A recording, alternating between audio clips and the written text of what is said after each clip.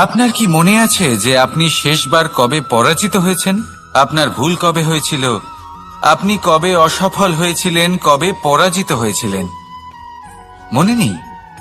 তাহলে তো আপনি নিজের জীবনের সবথেকে বড় শিক্ষককে হারিয়ে ফেলেছেন।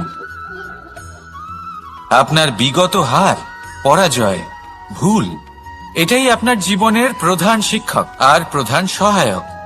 এটাই আপনাকে শেখায় যে কি করা উচিত, কি করা উচিত নয়। এই প্রকৃতি আমাদের কি শেখাতে চাইছে তা বুঝুন। এমন কি কোনো দিন আছে যার শেষে রাত আসে না? এমন কি কোনো নদী আছে যা শুকিয়ে যায় না?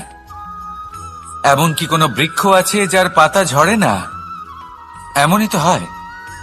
কিন্তু যদি সূর্য পরাজয় স্বীকার করে, তাহলে রাতের পরে কখনোই দিন আসবে না।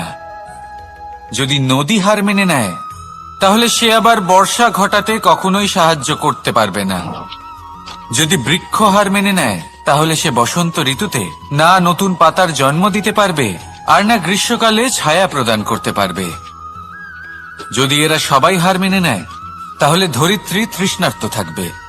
প্রকৃতি আমাদের এটাই শেখায় যে হার, অসফলতা, পরাজয় এগুলো আমাদের জীবনে আসবেই আসবে, আর আমাদের শিক্ষা দিতে আসবে, আমাদের মঙ্গলের জন্য আসবে। তাই নিজের দৃষ্টিভঙ্গি সেরকমই রাখুন। তাই ধনাত্মক দৃষ্টিভঙ্গি দিয়ে দেখুন, নিজের হার, নিজের পরাজয় থেকে শিক্ষা নিয়ে অগ্রসর হতে থাকুন। নিশ্চিত রূপে আপনি জয়ী হবেন। আর যখন জয়ী হবেন, তখন মন প্রসন্ন হয়ে বলবে, রাধা রাধা।